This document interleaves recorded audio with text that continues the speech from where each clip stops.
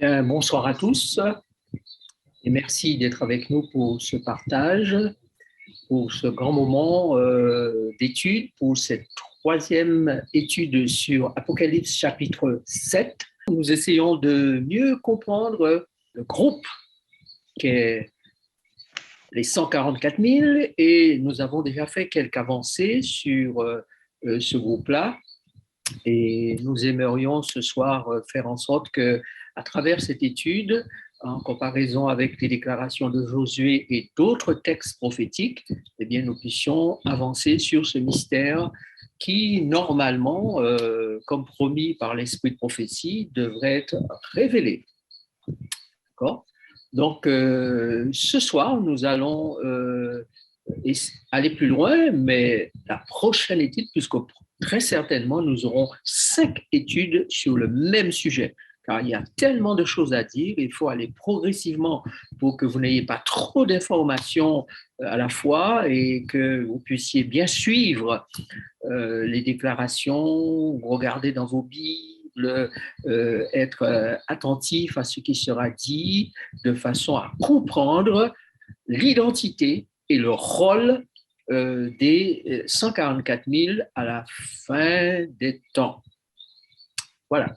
Alors, juste pour faire un petit rappel, souvenez-vous, chers amis, que eh bien, tout simplement, nous avons donné une base d'études et cette base était la suivante. Sur la comparaison entre le Nouveau Testament et l'Ancien Testament, puisque Paul nous dit que ce qui a été vécu par les enfants d'Israël, par le peuple de Dieu dans le passé, tout cela a été vécu pour notre instruction à nous qui sommes parvenus à la fin des temps. Et puisque ces choses nous concernent et qu'elles sont écrites dans l'Ancien Testament, donc à partir de l'Ancien Testament, nous essayons de comprendre les vérités du Nouveau Testament que nous voulons découvrir et notamment celles qui concernent les 144 000. Amos, Apocalypse, sur la pensée que comme les enfants d'Israël sont partis de l'Égypte, puis sont entrés en Canaan, de même, nous allons nous quitter le pays du péché, puisque l'Égypte, c'est la symbolique du péché, du mal, donc pour entrer dans la Canaan céleste, pour entrer dans les nouveaux cieux et la nouvelle terre. Donc, les différentes étapes qui ont eu lieu à ce moment-là, on doit pouvoir les retrouver à la fin des temps, juste avant que nous n'entrions dans la Canaan céleste. En regardant bien ce tableau, vous allez voir qu'il y a phase 1, phase 2, phase 3, phase 4, phase 5, et vous allez pouvoir voir les différentes étapes. Vous avez les textes à côté, Josué, Apocalypse, vous allez voir souvent Josué, Corinthiens, Joël, Pierre. Donc, si vous revoyez la vidéo et si vous faites simplement peut-être une photo de l'écran que vous avez devant vous, une capture d'écran, vous pouvez garder ce tableau et le revoir régulièrement pour mieux comprendre ce qui est dit. Le texte que vous avez en bas de l'écran et qui est fondamental pour la compréhension et l'interprétation des écrits bibliques. 1 Corinthiens 10, verset 11, « Ces choses leur sont arrivées pour nous servir d'exemple et elles ont été écrites pour notre instruction à nous qui sommes parvenus à la fin des siècles. » Je vous ai dit que la fin des siècles avait commencé avec la venue de Jésus, sa première venue. Et puisque nous sommes dans ce temps-là, eh bien, nous sommes directement concernés, puisque nous sommes encore beaucoup plus loin que les disciples, par exemple, ou Luther, ou les autres chrétiens qui ont vécu dans les autres siècles avant nous. Nous sommes parvenus au 21e siècle, donc nous sommes beaucoup plus près du retour de Jésus, et le texte nous dit que ces choses-là ont été écrites. Donc, ce que nous cherchons à comprendre pour être au diapason avec le Christ, notre chef, le Christ, notre commandant en chef, celui qui organise maintenant l'armée pour la bataille finale, eh bien, puisque nous devons faire partie de cette armée qu'il organise, il nous faut être à notre place, il faut savoir à quel corps nous appartenons, et il est important pour nous de voir comment Dieu organise l'armée, l'Église, les croyants à la fin des temps pour remporter cette victoire finale sur le diable, la mort et le péché. Ce qu'il nous faut comprendre, et nous allons simplement nous poser une question. Pourquoi parler des 144 000? Pourquoi s'interroger sur les 144 000? Nous avons donné un indice tout à l'heure, mais nous donnerons plusieurs indices qui montrent que étudier les 144 000 n'est pas anodin. Ce n'est pas une affaire de curiosité simplement. C'est un message très profond qui nous concerne dans nos vies personnelles et dans notre préparation pour déjà entrer dans la salle de noces, ensuite la salle du mariage. Puisque si vous n'avez pas le statut qu'il faut, vous ne pouvez pas entrer dans la salle de mariage ou dans la salle des noces. Donc, lisons à nouveau Apocalypse chapitre 7, versets 1 à 8. Après cela, je vis 4 anges debout aux 4 coins de la terre. Ils retenaient les 4 vents de la terre, afin qu'il ne soufflât point de vent sur la terre, ni sur la mer, ni sur aucun arbre. Et je vis un autre ange qui montait du côté du soleil levant et qui tenait le sceau de Dieu vivant, du Dieu vivant. Il cria d'une voix forte aux 4 anges à qui il avait été donné de faire du mal à la terre et à la mer, et il dit: ne faites point de mal à la terre, ni à la mer, ni aux arbres, jusqu'à ce que nous ayons marqué du sceau le front des serviteurs de notre Dieu. Et j'entendis le nombre de sceaux qui avaient été marqués du sceau, 144 000 de toutes les tribus des fils d'Israël. De la tribu de Juda, 12 000 marqués du sceau, de la tribu de Ruben, 12 000, de la tribu de Gad, 12 000. De la tribu d'Azer, 12 000, de la tribu de Nephtali, 12 000, de la tribu de Manassé, 12 000, de la tribu de Siméon, 12 000, de la tribu de Lévi, 12 000, de la tribu d'Issachar, 12 000, de la tribu de Zabulon, 12 000, de la tribu de Joseph, 12 000, de la tribu de Benjamin, 12 000 marqués du sceau. Sur quelle base sommes-nous? Nous sommes sur la base que nous avons décrite. Forcément, les événements du Nouveau Testament sont déjà donc annoncés par l'Ancien. Et avec le retour du Christ, avec le fait que nous sommes dans les derniers temps, vous et moi, nous sommes hautement concernés. Maintenant, la question que nous nous posons, c'est pourquoi s'interroger sur les 144 000? Les 144 000, nous allons le voir dans le texte tout à l'heure, constituent la réponse de Dieu à la colère de Satan. Au milieu du malheur, avant que le pire arrive, Dieu les met à part, donc ils sont sélectionnés. Dieu va sauver un reste alors que le diable veut perdre tous les habitants de la terre. Maintenant, voyons ce que la Bible nous dit concernant cela. Pourquoi réjouissez-vous, cieux, et vous qui habitez dans les cieux?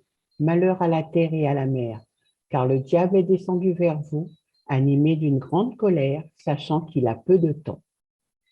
Et le dragon fut irrité contre la femme, et il s'en alla faire la guerre au reste de sa postérité, à ceux qui gardent les commandements de Dieu et qui ont le témoignage de Jésus. Et il se tint sur le sable de la mer.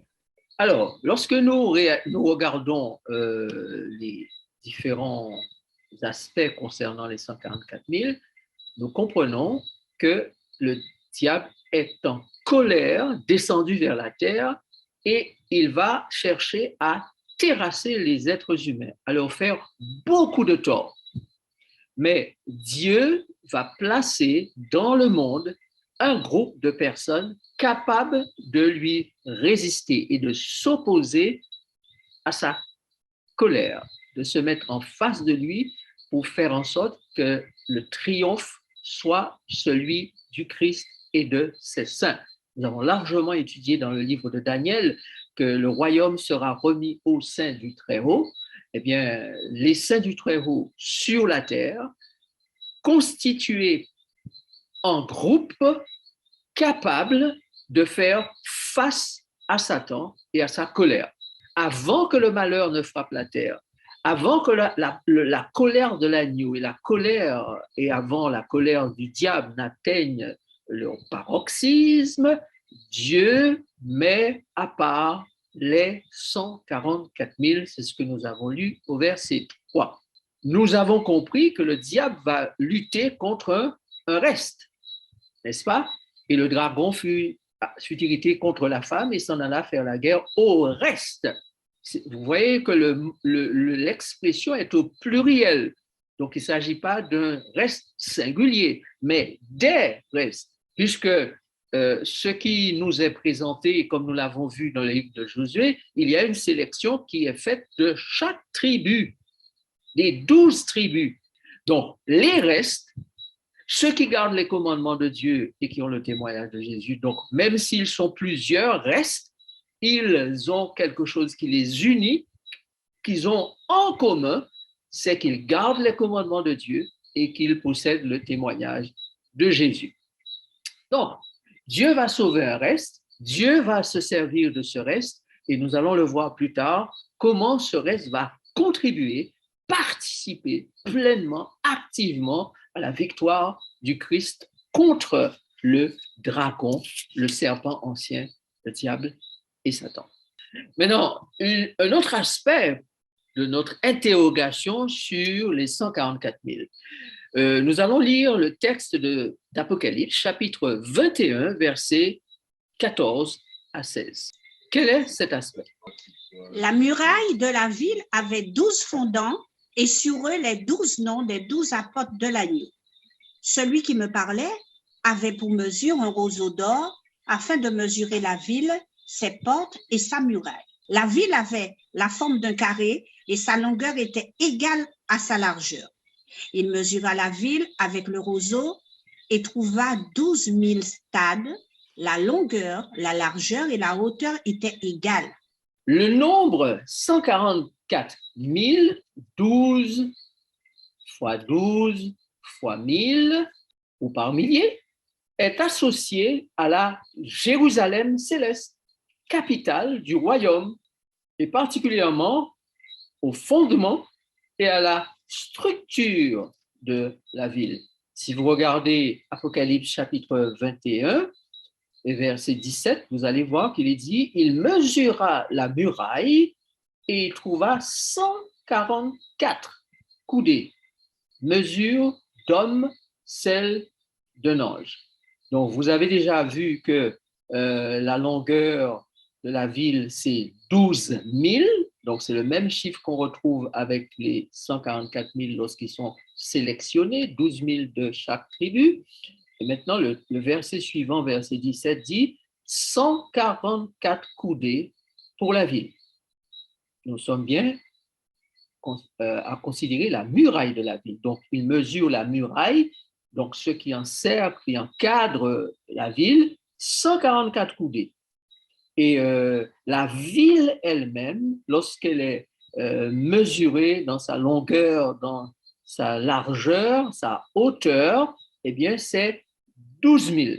Donc, on voit que ces paramètres correspondent au même chiffre, ou on pourrait dire aux mêmes paramètres de sélection des tribus d'Israël.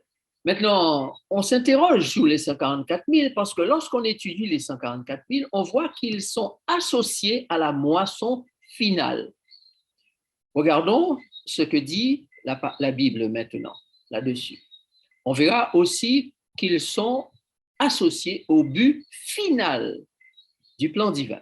Voyons les textes. Apocalypse 14, verset 4.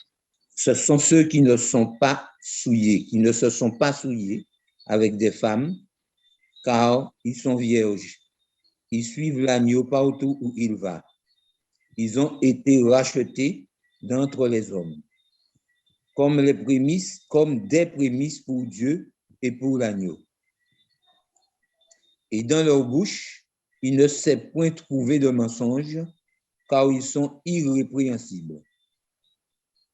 Et un autre ange sortit du temple, criant d'une voix forte à celui qui était assis sur la nuée.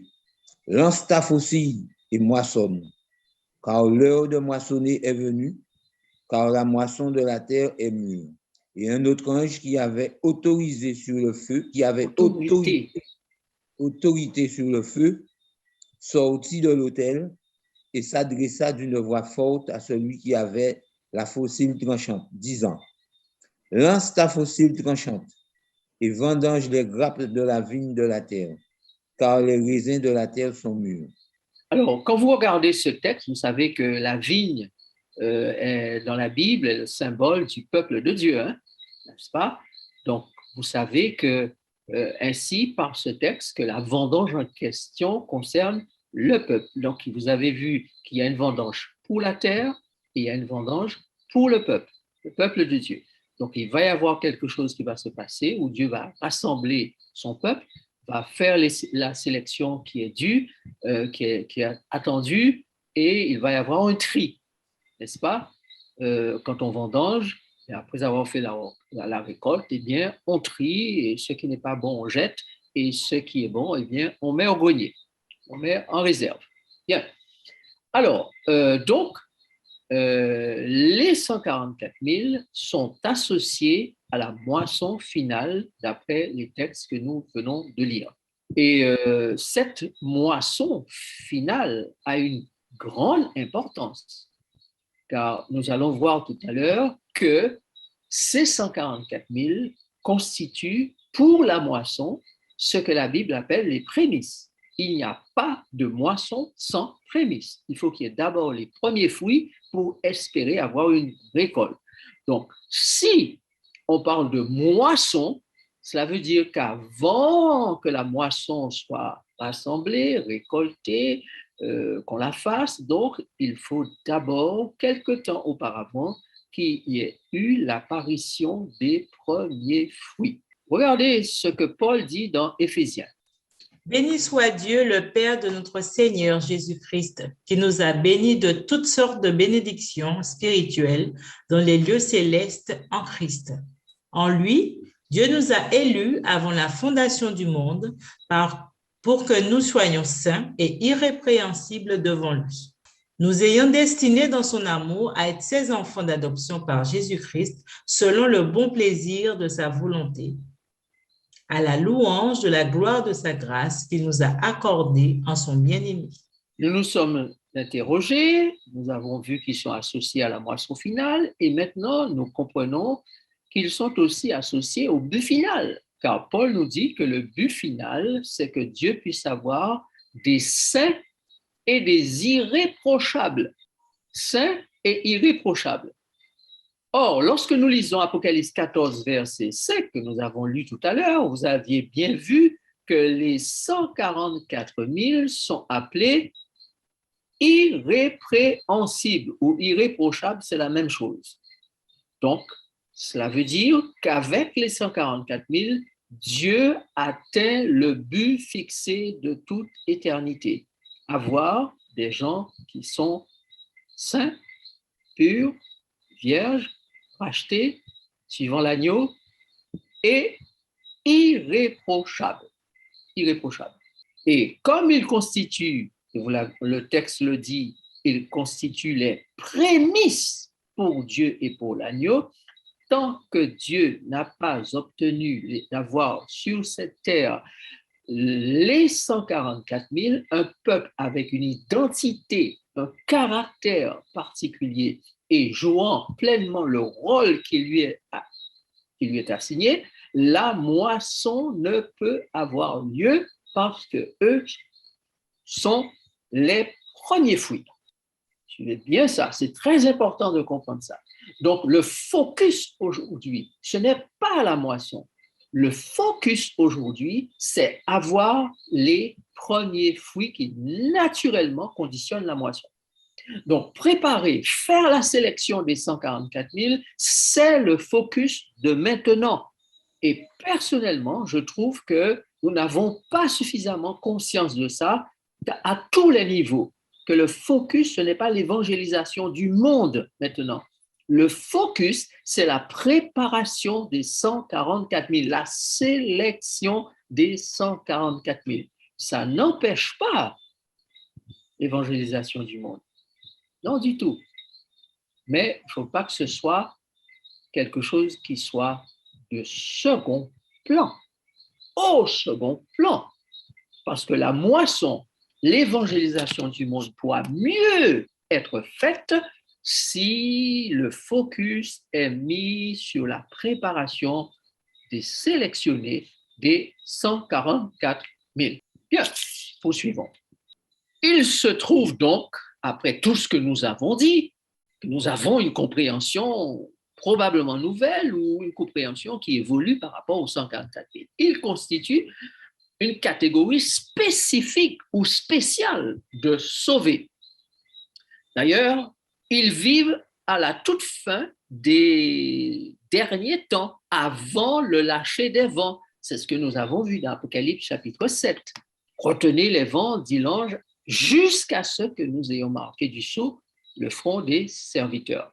Donc, ces personnes, ce groupe, il y a un choix qui est fait par Dieu, une sélection qui est faite par le Seigneur lui-même.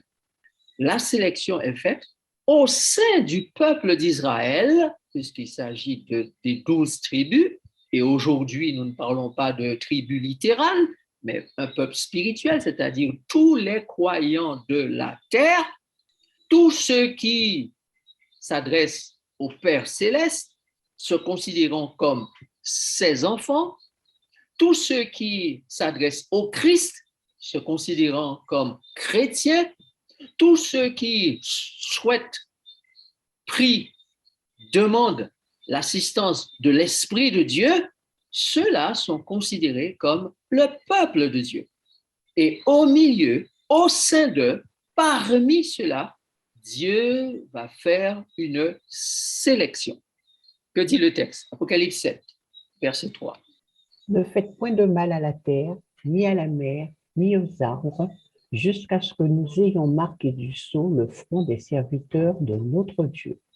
Donc, ça veut dire que dans cet espace de temps où nous vivons actuellement et qui est les tout derniers instants de l'histoire de la planète Terre, toi et moi, nous sommes face à Dieu et la question est, va-t-il pouvoir mettre son sceau sur notre front?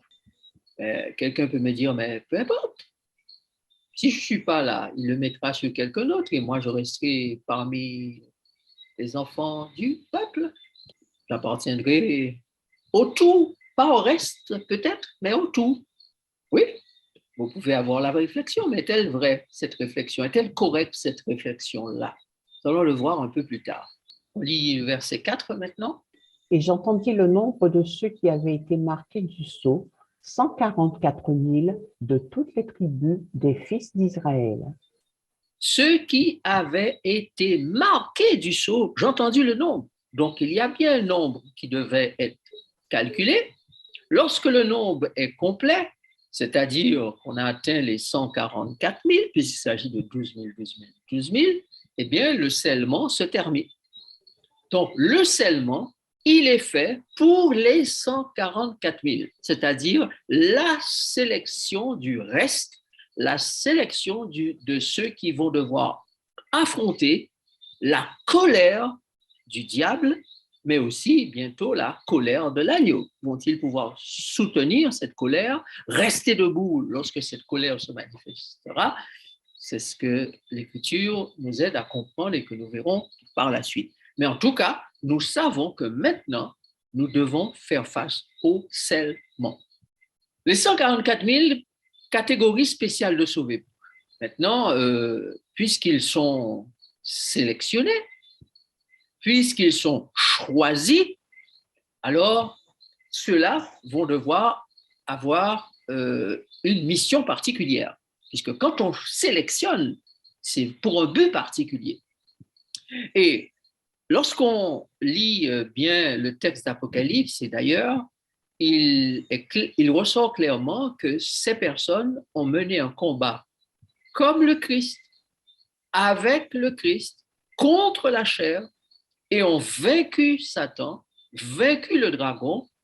Et c'est une petite sélection au temps de la fin par rapport à tout le reste du peuple à travers les siècles, à travers les âges passés. Il s'agit de savoir aujourd'hui si le royaume de Dieu, l'Église, les croyants, les chrétiens font uniquement partie de cette sélection ou de ce peuple au sein duquel la sélection sera faite pour participer au combat final et entrer dans la salle des noces. Et les autres, vont-ils être acceptés dans un autre groupe ou pas? C'est ce qu'il nous faut déterminer, c'est ce qu'il nous faut comprendre actuellement.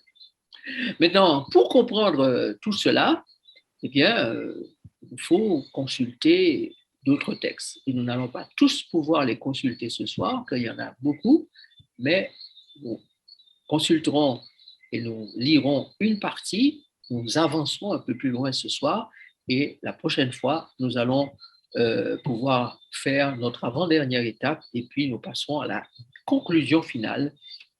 Le mystère des 144 000 sera-t-il enfin levé? Sera-t-il enfin clarifié? Maintenant, commençons par l'Ancien Testament. Comment l'Ancien Testament nous parle-t-il de cette sélection pour notre temps?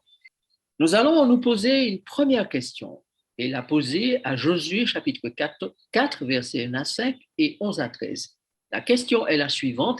Qui pénètre en Canaan? Qui pénètre? Lorsque toute la nation eut achevé de passer le Jourdain, l'Éternel dit à Josué, « Prenez 12 hommes parmi le peuple, un homme de chaque tribu. Donnez-leur cet ordre. Enlevez d'ici, du milieu du Jourdain, de la place où les sacrificateurs se sont arrêtés de pied ferme, 12 pierres que vous emporterez avec vous et que vous déposerez dans le lieu où vous passerez cette nuit. » Josué appela les 12 hommes qu'il choisit parmi les enfants d'Israël, un homme de chaque tribu. Il leur dit, « Passez devant l'arche de l'Éternel, votre Dieu, au milieu du Jourdain, et que chacun de vous charge une pierre sous son épaule, selon le nombre des tribus des enfants d'Israël. » Lorsque tout le peuple eut achevé de passer l'arche de l'Éternel, et les sacrificateurs passèrent devant le peuple. Les fils de Ruben, les fils de Gad et la demi-tribu de Manassé passèrent en armes devant les enfants d'Israël, comme Moïse leur avait dit. Environ 40 000 hommes équipés pour la guerre et prêts à combattre passèrent devant l'Éternel dans les plaines de Jéricho. Voilà, merci. Alors, qui pénètre en Canaan?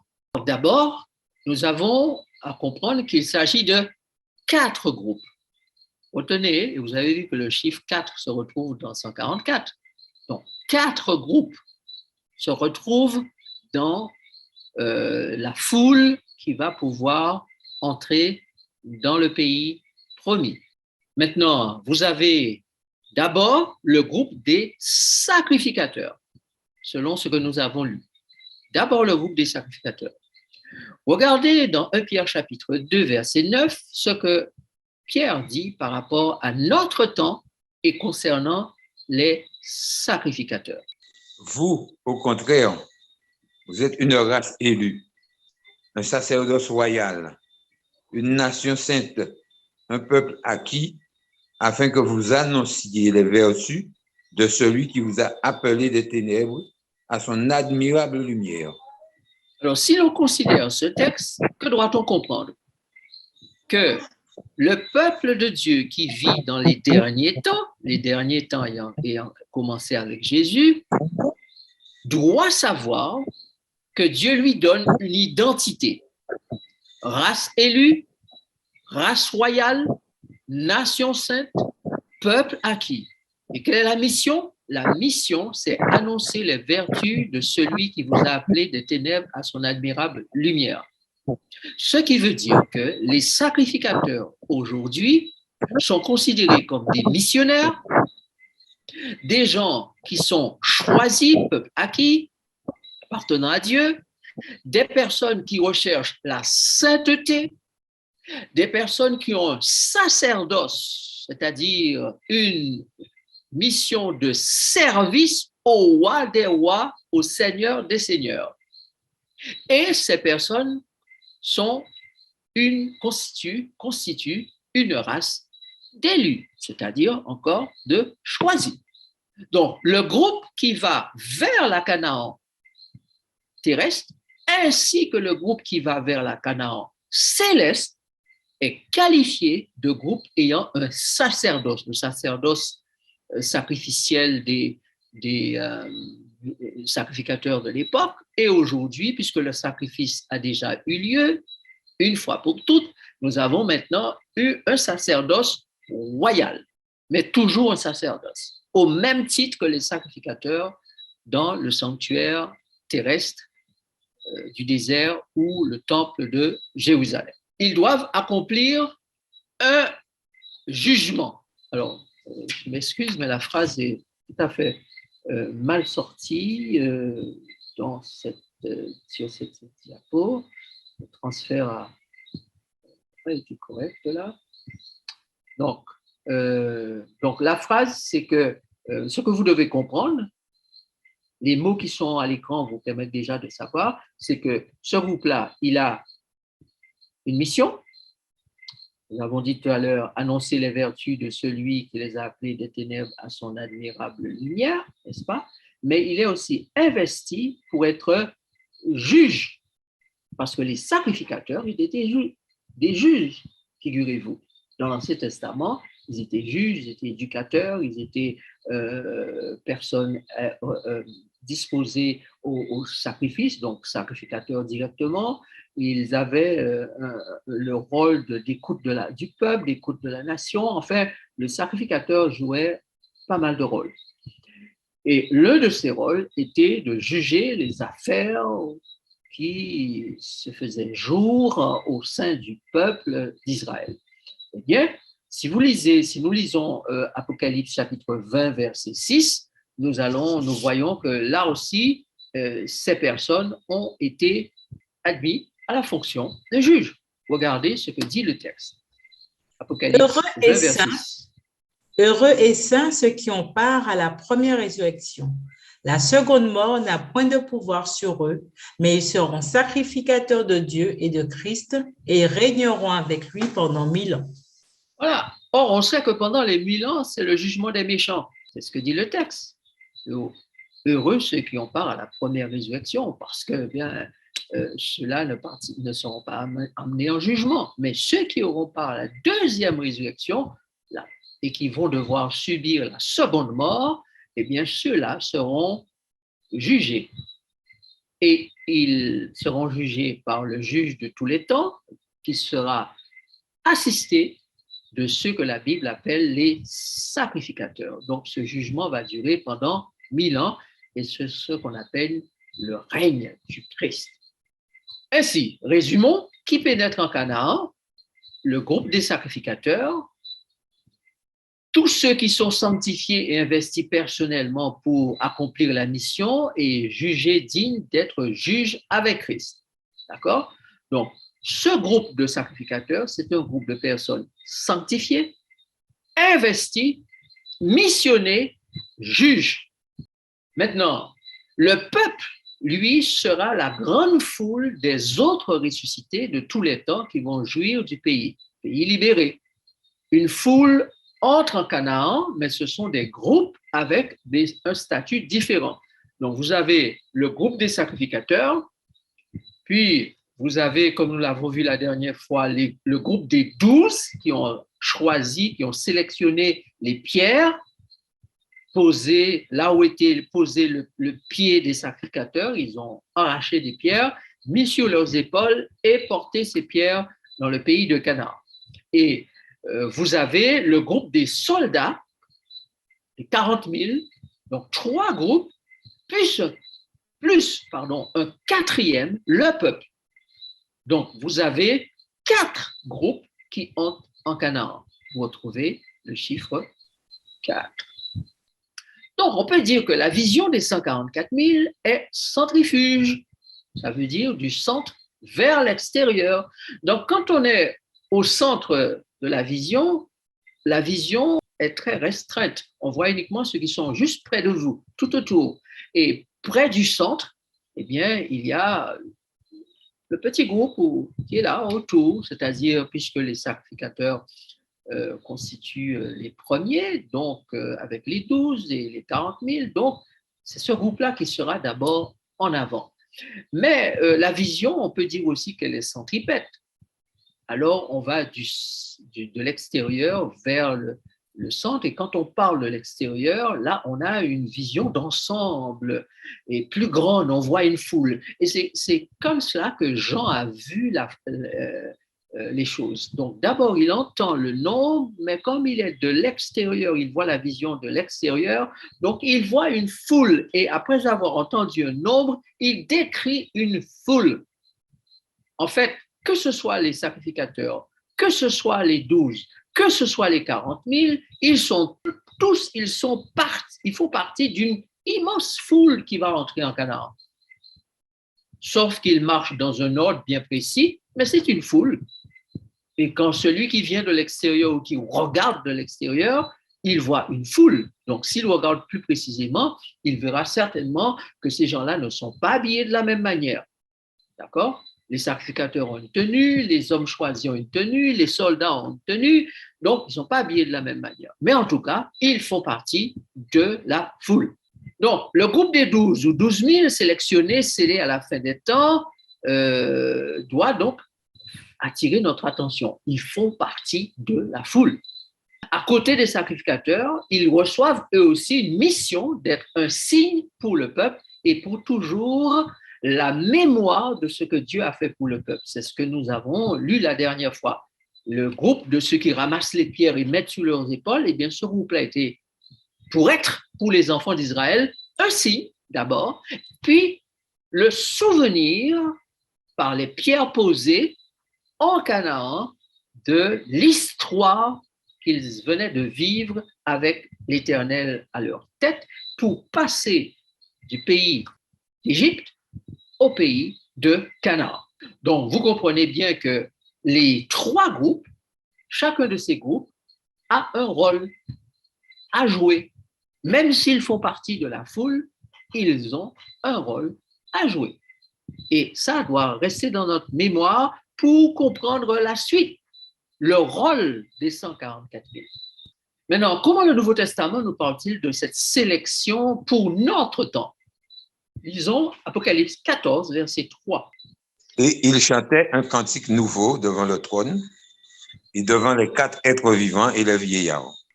Et personne ne pouvait apprendre le cantique, si ce n'est les 144 000 qui avaient été rachetés de la terre. Regardons bien le texte. Ce groupe est spécifique, sélectionné avec mission spécifique, capacité particulière. Il chante un cantique nouveau devant le trône et devant les 4 êtres vivants et les vieillards. Et personne d'autre ne peut apprendre le cantique, plus forte raison le chanter, si ce n'est les 144 000 qui avaient été rachetés de la terre. Vous allez aussi retenir, noter quelque part, qu'en plus de ce que nous avons dit, ici, les 144 000 montrent leur spécificité parce que là, ils sont les seuls à pouvoir apprendre un certain cantique. D'ailleurs, on ne dit pas quel est ce cantique. Ils ont été rachetés de la terre, donc font partie de la foule, puisque tout le monde est racheté de la terre. Donc, il y a toujours cette identité particulière qui ne sont pas à part, loin. Ils sont tout proches du peuple auquel ils appartiennent. Nous comprenons que par rapport à notre temps, les 144 000 vont raconter l'histoire de la délivrance, du salut divin et de la rédemption. Bien sûr, puisque je suppose, et vous pouvez supposer avec moi, que le cantique qu'ils vont chanter va être une composition de l'histoire qu'ils ont vécue et que personne d'autre n'aura vécu avant eux.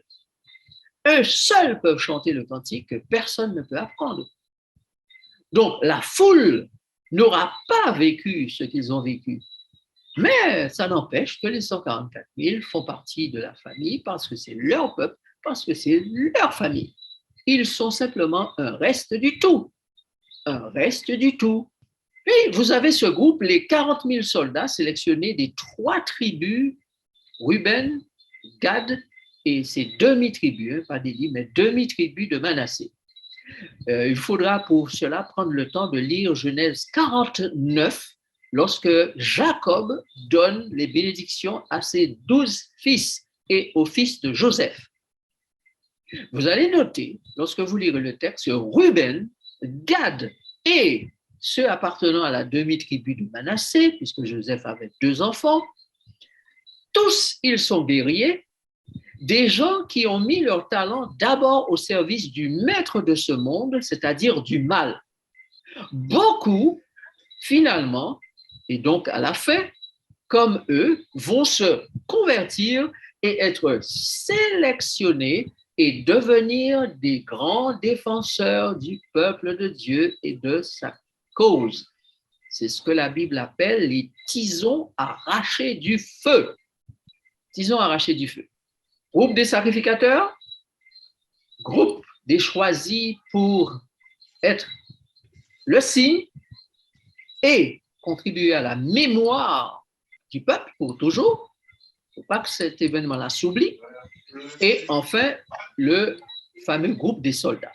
Maintenant, comment l'Ancien Testament nous parle-t-il encore de cette sélection des 144 000 pour notre temps? Eh bien, nous pouvons comprendre qu'ils seront vivants sur la terre aux côtés des sacrificateurs et des 144 000 pour combattre lors de la bataille finale d'Armageddon entre le bien et le mal.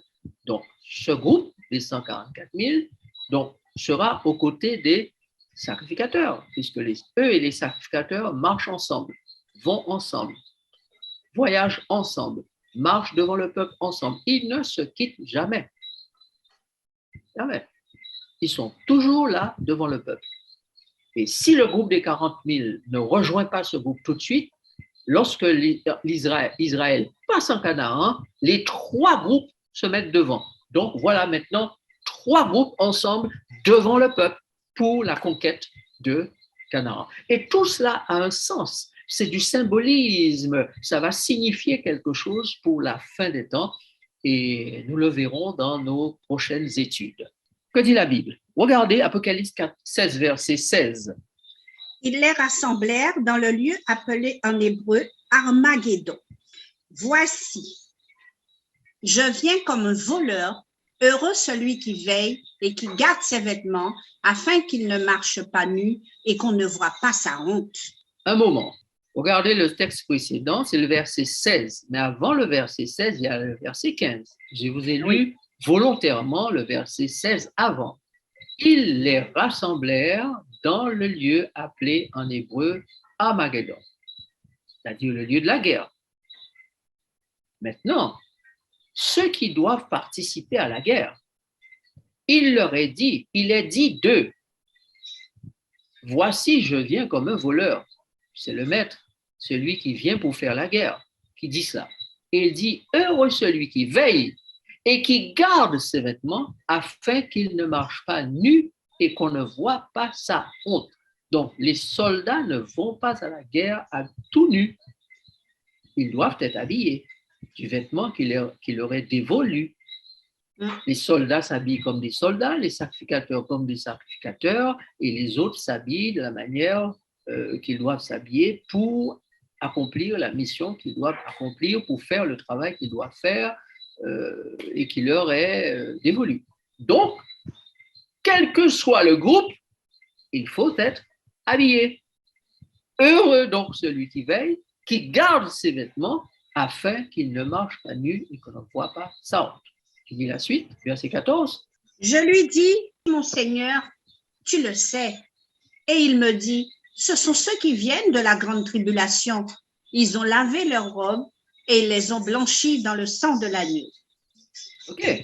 Donc, il est clair que personne ne pourra entrer dans la salle ou participer au combat final à moins d'avoir pris le temps de laver son vêtement et de le blanchir dans le sang de l'agneau. C'est capital. Donc, l'une des choses fondamentales que les 144 000 ont pris le temps de faire, c'est bien se tourner vers l'agneau et s'assurer que leur robe soit lavée, blanchie grâce à ce sang. Donc, ces 144 000 seront vivants sur la terre aux côtés des sacrificateurs, nous l'avons dit, pour combattre lors de la bataille finale d'Armageddon entre le bien et le mal. Ils auront lavé leur robe, le caractère du Christ aura été formé en eux, caractère qui accompagnera cette justice imputée.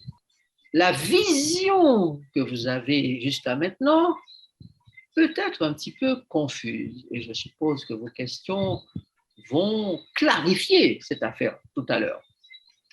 Mais alors, voici un peu de clarification et je suis en parfaite harmonie avec ce texte d'Ellen White quand elle décrit tous ceux qui sont autour du trône et suivez très bien la description qu'elle fait et vous allez peut-être avoir une réponse à quelques questions, dirais-je, ou une question quelconque qui vous est montée à la tête en entendant tout ce que je viens de dire.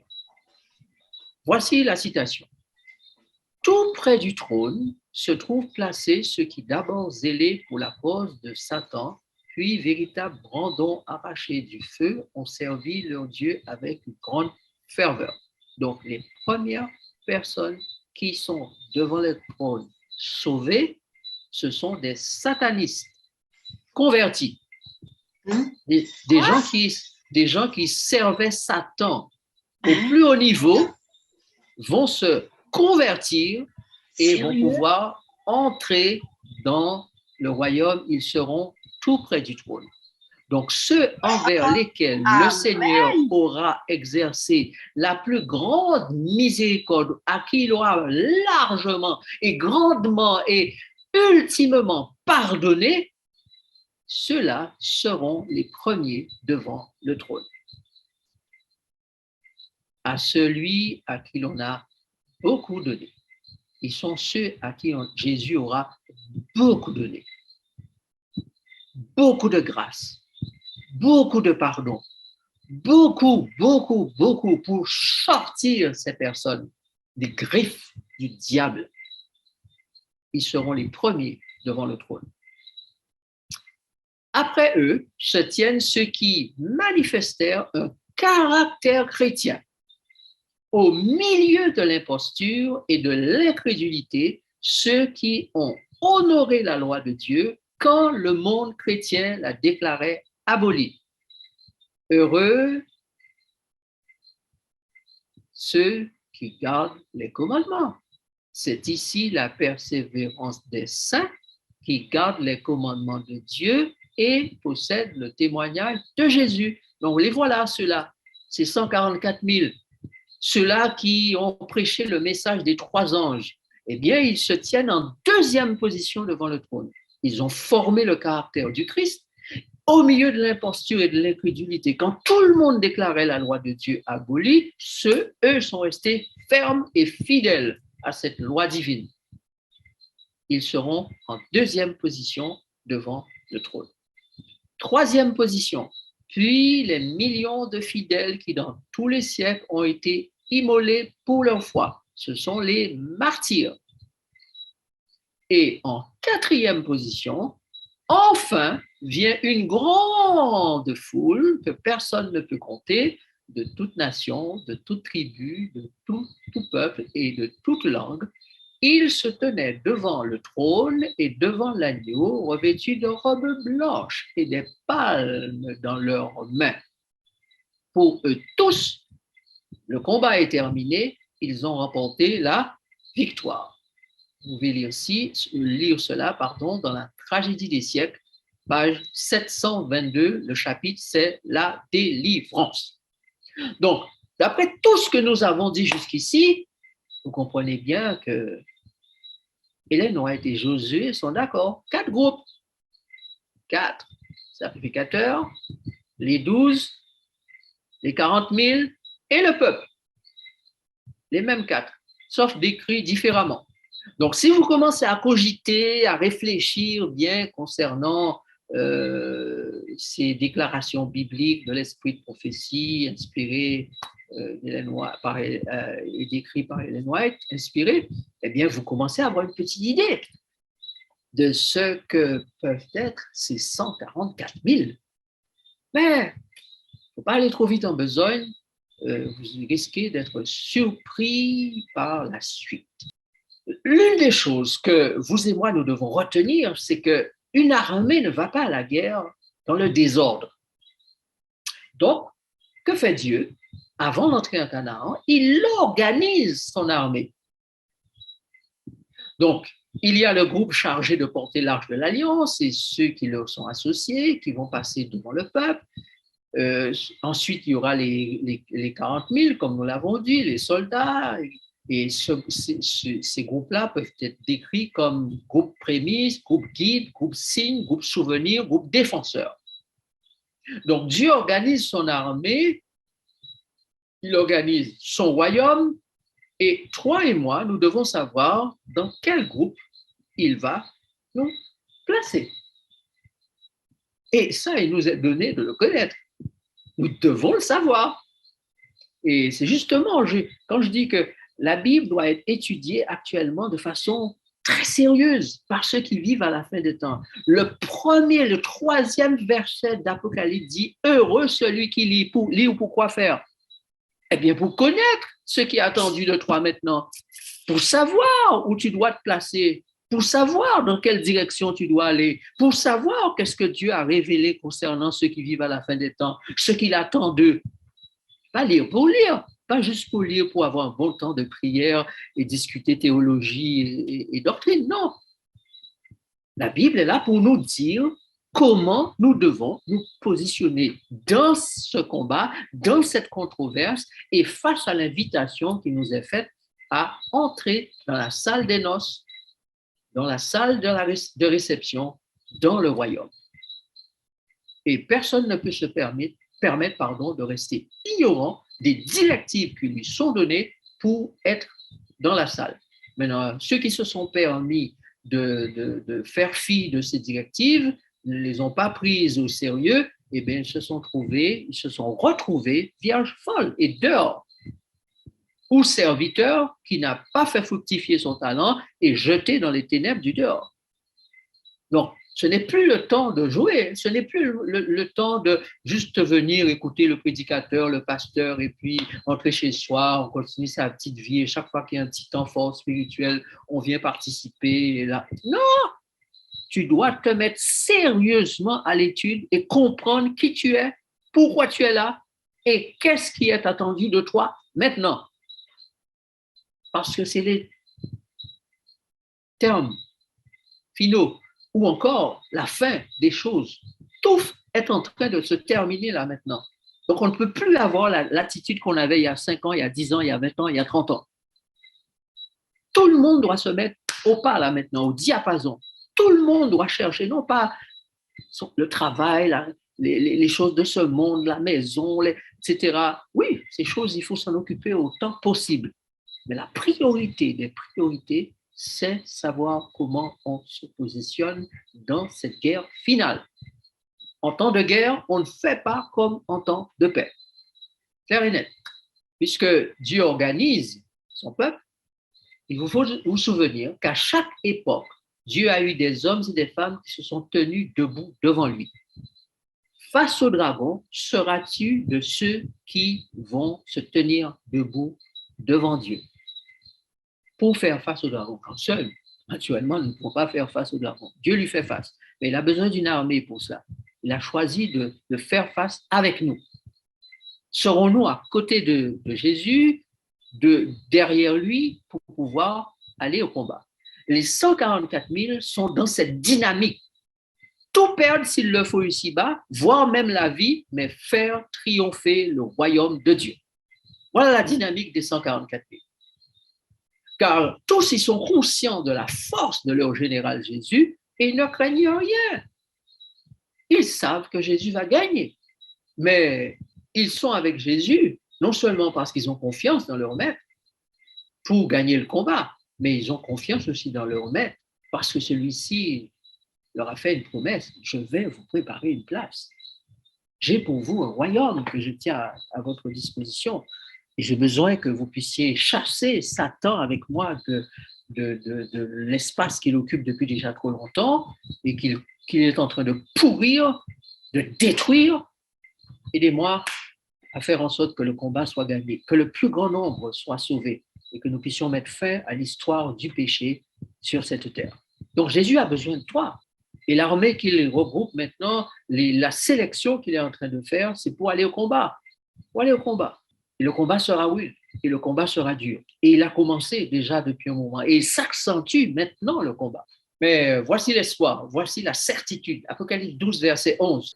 Ils l'ont vaincu à cause du sang de l'agneau et à cause de la parole de leur témoignage, et ils n'ont pas aimé leur vie jusqu'à craindre la mort. Remarque que 3 choses sont dites pour la victoire. Ceux qui vont gagner, ce sont ceux qui ont bénéficié du sang de l'agneau. Leurs robes ont été lavées, ou a été lavée, si vous voulez, singulier au pluriel. Maintenant, deuxième chose, ils ont un témoignage qui parle haut et fort de leur relation, de leur vie commune avec le Christ. Et puis, ils n'ont peur de rien, même pas de la mort. Toutes les menaces, tout ce que l'on entend, les lois qui sont votées pour menacer, pour priver, pour détruire les libertés, etc., ils n'ont pas peur de cela, parce qu'ils sont prêts à mourir s'il le faut. Ils savent que Jésus a déjà vécu et ils savent qu'ils ont déjà vécu avec Jésus. Donc rien ne leur fait peur. Rien ne leur fait peur. Ils vont de l'avant. Maintenant, puisque notre Dieu organise son armée, il s'agit pour toi et moi de savoir si nous sommes prêts à être enrôlés au bon endroit, de la bonne manière, pour faire le travail assigné. Maintenant, le texte dit, dans Matthieu 25, versets 1 et 2, « Alors le royaume des cieux sera semblable à 10 vierges qui, ayant pris leur lampe, allèrent à la rencontre de l'époux. 5 d'entre elles étaient folles et 5 sages. » À la fin des temps, le royaume des cieux n'est semblable à rien d'autre que 10 vierges qui prennent leur lampe pour aller à la rencontre de l'époux. Vous cherchez l'Église du Seigneur? Vous cherchez le royaume des cieux, puisque l'Église, c'est l'antichambre du royaume. Cherchez l'Église des vierges. Il n'y en a pas d'autre. Il n'y a qu'une seule Église à la fin des temps, qu'un seul royaume à la fin des temps. Le royaume qui est représenté par 10 vierges qui vont à la rencontre de l'époux. Et vous voyez qu'il y a une sélection encore faite. 5 sont sélectionnés, peuvent entrer, 5 ne sont pas sélectionnés parce qu'elles sont folles. Il n'y a pas de fou dans le royaume. Maintenant, notez qu'Apocalypse 14, verset 4 dit, parlant des 144 000, ce sont ceux qui ne se sont pas souillés avec des femmes, car ils sont vierges. Ils suivent l'agneau partout où il va. Et ils ont été rachetés d'entre les hommes comme des prémices pour Dieu et pour l'agneau. Donc, il y a une cohérence, une belle cohérence. Dans le Nouveau Testament, Jésus dit, le royaume des cieux, au Matthieu 25, versets 1 et 2, est semblable à 10 vierges. Dans le dernier livre de la Bible, Dieu dit, les 144 000, ce sont les vierges. Et ils suivent l'agneau partout où il va. Parce que l'agneau, il doit parcourir la terre maintenant pour gagner le combat. Hein. Et ensuite, il doit emmener tous ceux qui seront sauvés avec lui vers le Père, la maison du Père. Ensuite, il doit les conduire vers les nouveaux cieux et la nouvelle terre, et puis vers l'éternité. Pourquoi? Oui, vers l'éternité. Mais vous notez que ce sont des vierges, ce sont des prémices, les premiers fruits de la moisson. Pourquoi les vierges folles ne sont-elles pas retenues? Regardez le texte biblique. Matthieu 25, verset 3, dit quoi? Les folles, en prenant leur lampe, ne prit point d'huile avec elle. Voilà ce qui doit nous préoccuper. Sommes-nous équipés? Avons-nous fait provision d'huile? L'huile, symbole de l'esprit, nous le savons. Donc, ceux qui vont être parmi les 144 000, parmi les vierges, parmi les prémices, doivent s'assurer de faire provision d'huile. Maintenant, regardez ce que le Christ dit dans Luc 13, verset 28. Pour le même temps, hein, c'est une description différente de la même période où ces vierges doivent être sélectionnées ou rejetées. Luc 13, verset 28. C'est là qu'il y aura des pleurs et des grincements de dents quand vous verrez Abraham, Isaac et Jacob et tous les prophètes dans le royaume de Dieu et que vous serez jetés dehors. Il y a donc bien des personnes qui seront jetées dehors. Il y a bien des personnes qui vont devoir pleurer ce jour-là, grincer des dents, car elles verront Abraham, Isaac et Jacob et tous les prophètes dans le royaume. Tiens, dans le royaume, est-ce qu'il n'y a qu'Abraham, Isaac, Jacob et les prophètes? Chers amis, Abraham, c'est le symbole de la foi, donc ceux qui auront eu la foi. Isaac, c'est le symbole du sacrifice, ceux qui auront accepté de renoncer à tout ce qu'ils possèdent. Et Jacob, c'est le symbole de la lutte persévérante, de celui qui a été béni de Dieu lui-même, repentant, priant, triomphant des épreuves. Donc, chaque personnage ici représente une dynamique de personnes engagées avec Dieu et n'ayant pour seul objectif que d'être membre du royaume de Dieu. La terre et ses attraits et ses biens et son argent et ses bijoux et ses trésors ne les intéressent pas, car le monde passe et sa convoitise aussi. Mais ceux-là ont fixé les yeux vers le royaume, vers le haut, en haut. Et déjà, ils se disent enfants d'Abraham, enfants d'Isaac, enfants de Jacob, enfants des prophètes, car ils ont su prêter attention aux paroles de la parole de Dieu, aux écrits de la parole de Dieu, et aller dans le même sens qu'Abraham, le même sens qu'Isaac et le même sens que Jacob, ainsi que celui des prophètes. En terminant, je vous dirai ceci. L'Église des derniers jours n'est pas une foule sortie de nulle part. Elle descend de l'Israël de Dieu, l'Israël spirituel. Cette Église, c'est le reste de tout que Dieu conduit et construit de toujours. C'est le groupe des missionnaires sans peur, des guerriers sans peur, des vierges remplies de l'esprit, des sacrificateurs à leur tâche, des combattants prêts pour notre temps dans un combat où le diable mettra toutes ses forces et toute son intelligence. Il nous faut donc une préparation qui tient des vierges, une préparation qui tient des guerriers, une préparation qui tient des missionnaires, qui tiennent des missionnaires sans peur. Une préparation très sérieuse. Jeûne, prière, foi, renoncement, armes spirituelles, confession, repentance, et j'en passe. Mais chacun de nous, au risque de perdre la vie éternelle, doit sérieusement s'intéresser à sa préparation. On ne va pas à la guerre sans préparation. On n'entre pas dans le royaume de Dieu sans préparation. Sauf, probablement, pour ceux qui seront des brandons ou des tisons arrachés du feu. Mais même encore, ceux-là ont eu l'occasion de faire une sérieuse analyse de leur situation et de se dire qu'il est grand temps qu'ils sortent de là et se joignent aux vainqueurs. Il faut donc maintenant, frères et sœurs, chers amis, se déshabituer des choses de ce monde, de la terre, de cette vie. Petit à petit, déshabituons-nous, séparons-nous des choses de cette vie qui nous retiennent. Il nous faut maintenant apprendre à vivre avec le minimum. Notre Seigneur Jésus nous a donné l'exemple. En commençant son ministère, il est allé 40 jours et 40 nuits dans le désert. Pourquoi faire, pensez-vous? Eh bien, pour que la chair n'ait aucun pouvoir sur lui. Il est resté loin de ce monde et a préféré jeûner pendant le temps qu'il fallait pour que son ventre ne puisse pas le prendre au piège. Ses pensées ne puissent pas le prendre au piège. Les passions de la chair, de la nature ne puissent pas le prendre au piège. Il a vaincu tout ça.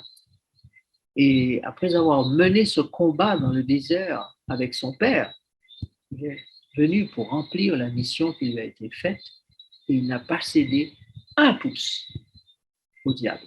Mes frères, le feu est là. Il nous faut réfléchir sérieusement et nous mettre en préparation. Ou si nous avons déjà commencé à le faire, continuons avec ferveur cette préparation. Nous sommes déjà dans le feu, hein? Nous sommes déjà dans l'épreuve. Ce que nous vivons aujourd'hui, c'est le feu a déjà été allumé et le brasier, comme pour les trois jeunes Hébreux, on va chauffer la fournaise 7 fois plus. Et nous, qu'est-ce qui passer? Elle sera de plus en plus terrible jusqu'à ce que vous et moi, nous soyons blanchis, épurés, purifiés. Mais le Seigneur Jésus va descendre dans le feu avec nous. Il va nous accompagner dans le feu. Il va nous accompagner dans le brasier. Et pas un seul cheveu de notre tête ne tombera. Voilà pourquoi nous devons être quiets, sans inquiétude. Ça va être dur, entrer dans le feu, mais une fois que nous serons dedans, nous allons nous rendre compte que nous sommes très bien encadrés, très bien accompagnés. C'est avant que ça fait peur, quand on voit le boucan qui est allumé, la fournaise qui est chauffée 7 fois plus, ça peut terrifier. Mais une fois dedans, quand on ne pourra pas faire autrement, on vous y jettera. Vous allez vous rendre compte. Nous allons nous en rendre compte que les promesses de Dieu sont infaillibles. Je suis avec vous tous les jours, bons et mauvais jours, jusqu'à la fin du monde. Que Dieu nous aide à garder ces promesses à l'esprit et à ne pas nous laisser troubler et à laisser notre Père Céleste, le Saint-Esprit, nous sélectionner.